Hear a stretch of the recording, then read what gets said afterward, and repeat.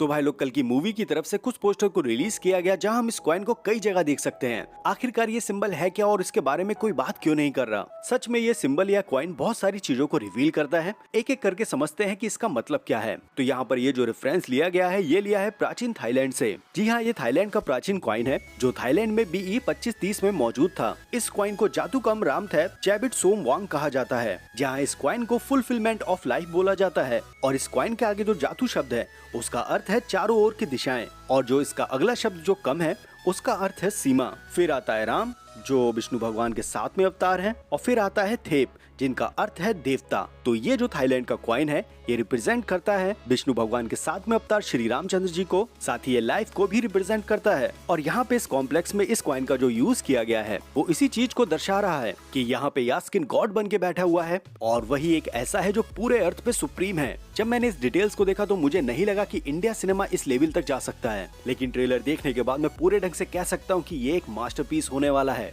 और मुझे लगता है कि ये पहला ऐसा एक ट्रेलर है जिसका ब्रेकडाउन करने के लिए कई क्रिएटर्स का आध्यात्मिक ज्ञान बढ़ा होगा। फिलहाल आज हम कल की मूवी के डिटेल्स और थ्योरीज पर बात करेंगे, और ये बिल्कुल वैसा ही है जैसा मार्वल मूवी को एक्सप्लेन करते हैं। तो ये सौभाग्य देने के लिए भारतीय सिनेमा का धन्यवाद, और देखते हैं क्या कुछ हमारे सामने नया आया है।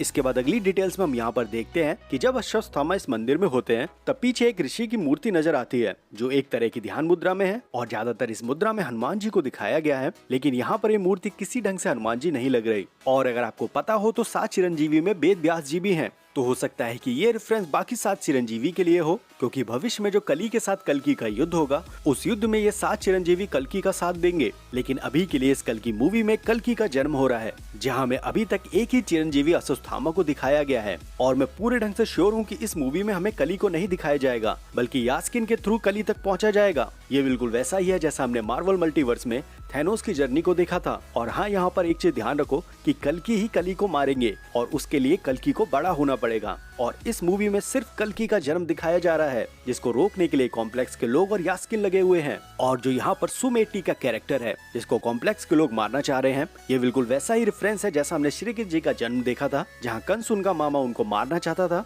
और श्री कृष्ण जी के माता पिता को उनने कैद करके रख लिया था। जब श्री कृष्ण जी के द्वारा कंस का वध होना था, इस चीज की भविष्यवाणी कंस को पता थी। तो वैसे ही यहाँ पर मुझे लगता है कि कली को पता है कि उसका वध कैसे होगा, और इसलिए वो यास्किन का सहारा ले रहा है। और जो हमने ट्रेलर में सुमेटी वाला भविष्य वाला नाम देखा है, तो ये नाम कल्कि की माता का होने वाला है भविष्य में, जिनका नाम होगा सुमिति। और यहाँ पर इस मूवी के लिए सुमिति का नाम कर दिया है सुमेटी। इसके अलावा यहाँ पर मुझे एक चीज और भी कंफ्यूज कर रही है। जैसे कल्कि के बारे में हर कोई जानता होगा कि फ्यूचर में कल्कि द्वारा कली का वध होगा और कल्कि सुमिति की कोख से जन्म लेंगे। तो इस चीज को रोकने के लिए केवल सुमिति के पीछे क्यों नहीं पड़ा जा रहा, जैसे हमने श्री कृष्ण भगवान की कहानी में देखा था कि कंस ने सिर्फ उनके माता पिता को ही कैद कर लिया था। तो यहाँ पर हमें ऐसा क्यों नहीं दिखाया जा रहा है। तो इसका आंसर मुझे ये लगता है कि यहाँ पर जितनी भी ये लेडी को हमने यहाँ पर देखा है कॉम्प्लेक्स के अंदर, इन सब के नाम सुम से स्टार्ट होंगे। जैसे सुमेटी जो हमने देख लिया है, और ऐसे ही सुम 81, 82, 92 ऐसे ही कुछ नाम आगे भी होंगे, और यही चीज कंफ्यूज करेगी यास्किन और कॉम्प्लेक्स के लोगों को। तो इसलिए मुझे यहाँ पे लगता है कि ये सारी जितनी भी लेडी हैं इन सब के नाम सुम से ही होंगे,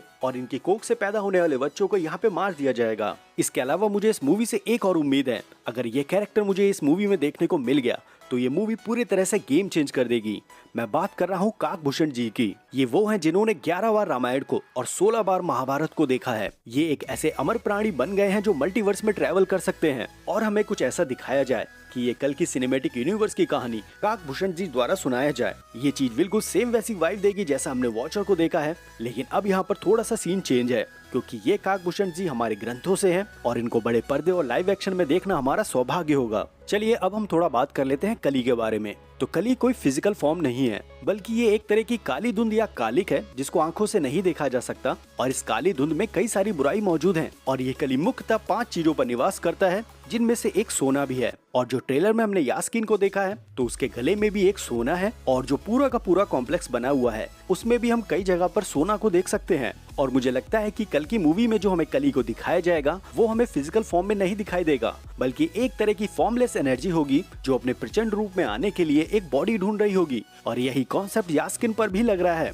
जहां हम यहाँ पर इस चीज को ऐसे समझ सकते हैं कि हमें जो इस मूवी में कली दिखाया जाएगा वो हो सकता है कि रेड कलर की एनर्जी का और जो हमने यास्किन की खोपड़ी में ये लाल समुंदर देखा है वो शायद कली का एक एनर्जी फॉर्म हो, इसलिए यास्किन कली के कहने पर एक शरीर ढूंढ रहा है ताकि मिलने वाला नया शरीर इतना प्रबल हो कि वो कली की पावर को संभाल सके। और इस मूवी में हमें कली की मौत नहीं दिखाई जाएगी बल्कि यास्किन को मरते हुआ दिखाया जाएगा, क्योंकि कल्कि द्वारा कली का वध होगा। 7 चिरंजीवी भी मौजूद होंगे, जिनमें से अभी हमने देख लिया अश्वत्थामा को, और बाकी भी जितने रह गए हैं उनको भी धीरे धीरे कल्कि सिनेमैटिक यूनिवर्स में इंट्रोड्यूस किया जाएगा। और इन 7 चिरंजीवी में हमारे हनुमान जी भी हैं, जिनका पुराणों में एक बार सामना हुआ था कली से।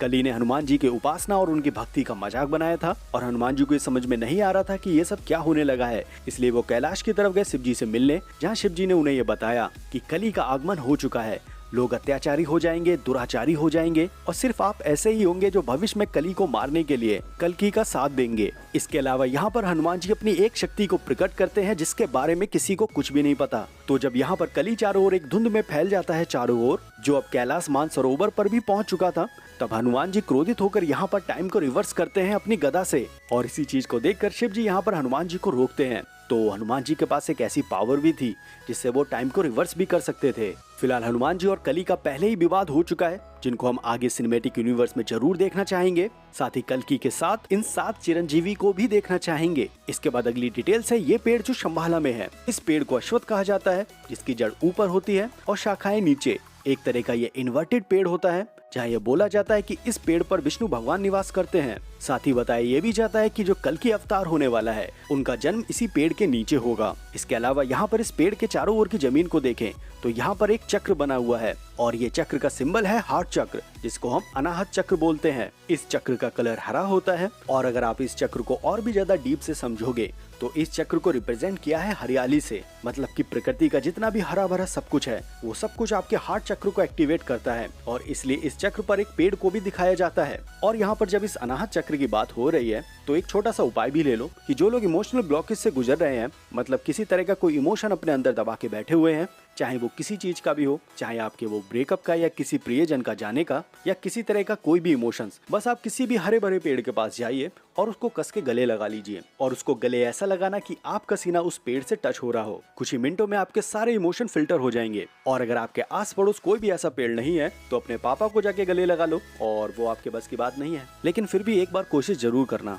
इसके बाद अगली डिटेल्स यहाँ पर इस महाभारत वाले शॉट से है, जहाँ पर अश्वत्थामा के साथ इन सारे सैनिकों को कोई पीछे धक्का दे रहा है। तो मुझे लगता है कि यहाँ पर अर्जुन ने धक्का दिया है, क्योंकि यहाँ पर इस कैरेक्टर के जो कपड़े हैं वो सफेद कलर के हैं और अर्जुन भी सफेद कलर के कपड़े पहनते थे। इसके अलावा यहाँ पर ये वो सीन हो सकता है कि जब अश्वत्थामा ने ब्रह्मास्त्र को अभिमन्यु की पत्नी की तरफ कर दिया था। इसके बाद इसी जगह पर यहाँ पर इस रथ और इन सैनिक को उड़ता हुआ भी देख सकते हैं। और अगर आप यहाँ पर ध्यान से देखोगे तो रथ के चारों ओर एक तरह की एनर्जी है जो थोड़ी डार्क ग्रीन जैसी है, लेकिन सवाल ये है कि इस एनर्जी को रिलीज किसने किया है और ये किसका रथ है जिसको इतना जोर से फेंका गया है। अगर आप इस चीज के बारे में जानते हो तो नीचे कमेंट बॉक्स में बता देना।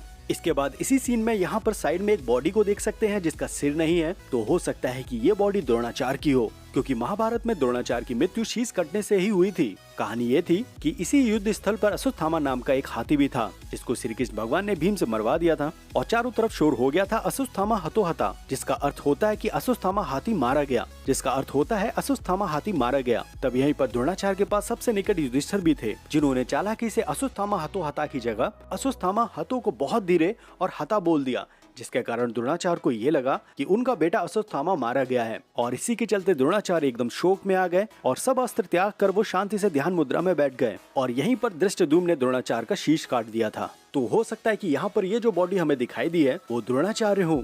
इसके बाद यहाँ पर हम महाभारत का एक और शॉट देखते हैं, जहाँ पर ये महिला अभिमन्यु की पत्नी उत्तरा है और जिन पर अश्वत्थामा ने अपना ब्रह्मास्त्र चला दिया है, और यहाँ पर ये प्रेग्नेंट है और जो इनके पेट में शिशु है वो आगे जाके राजा परिषद बनता है और पहली बार कलयुग का सामना राजा परिषद से ही होता है। साथ ही आगे जाके राजा परिषद ने ही कलयुग को 5 स्थान दिए थे, जिनमें से एक था सोना, और इसलिए कलयुग राजा परिषद के मुकुट में बैठ गया था क्योंकि वो भी सोने का था। और इसी तरह से धीरे धीरे कली चारों ओर फैलने लगा। इसके बाद यहाँ इस वाले सीन में अश्वत्थामा को पता चल जाएगा कि उनके पिता द्रोणाचार्य का अंत हो चुका है और यहाँ ये वही सीन होगा जहाँ इनकी मणि को छीन लिया जाएगा, क्योंकि अश्वत्थामा के पास में अश्वत्थामा हाथी भी है और यहीं पर द्रोणाचार्य की शीश कटी बॉडी भी होगी। इसके अलावा अगर मैं इस ट्रेलर के बाकी डिटेल्स की बात करूं तो काफी क्रिएटर्स ने इसको कवर कर लिया है और उन सबको दोबारा यहाँ पे रिपीट करना सही भी नहीं लगता। फिलहाल अभी कुछ दिनों में कल्कि हमारे सामने आ जाएगी, जहाँ हम इस मूवी को फुल पावर ब्रेकडाउन करेंगे। साथ ही ये एक मेरी पहली और ऐसी ब्रेकडाउन वीडियो है जहाँ मैंने इंडियन सिनेमा को कवर किया है। और इस चीज के बारे में आपको क्या कहना है नीचे कमेंट बॉक्स में बता देना। और मूवी रिलीज होने के बाद इसका ब्रेकडाउन और एक्सप्लेनेशन चाहिए रहेगा, वो भी कमेंट बॉक्स में बता देना। फिलहाल मैं तैयार हूँ इस मूवी के लिए, और आपके क्या विचार है इस मूवी के बारे में, इसको भी नीचे मेरे साथ शेयर कर सकते हो। और अगर आपने यहाँ तक देखा हो तो प्लीज चैनल को सब्सक्राइब कर लेना। वीडियो अच्छी लगी हो तो उसको लाइक कर देना, क्योंकि मैंने यहाँ पर उन्हीं सारी डिटेल्स को लिया है जिसके बारे में कोई बात नहीं कर रहा, तो एक सब्सक्राइब तो बनता ही है। खैर अब चलने का समय हो गया है, मैं मिलता हूँ आपको अगली वीडियो के साथ। तब तक आप अपना ध्यान रखो, मजे लो, लव यू एंड बाय।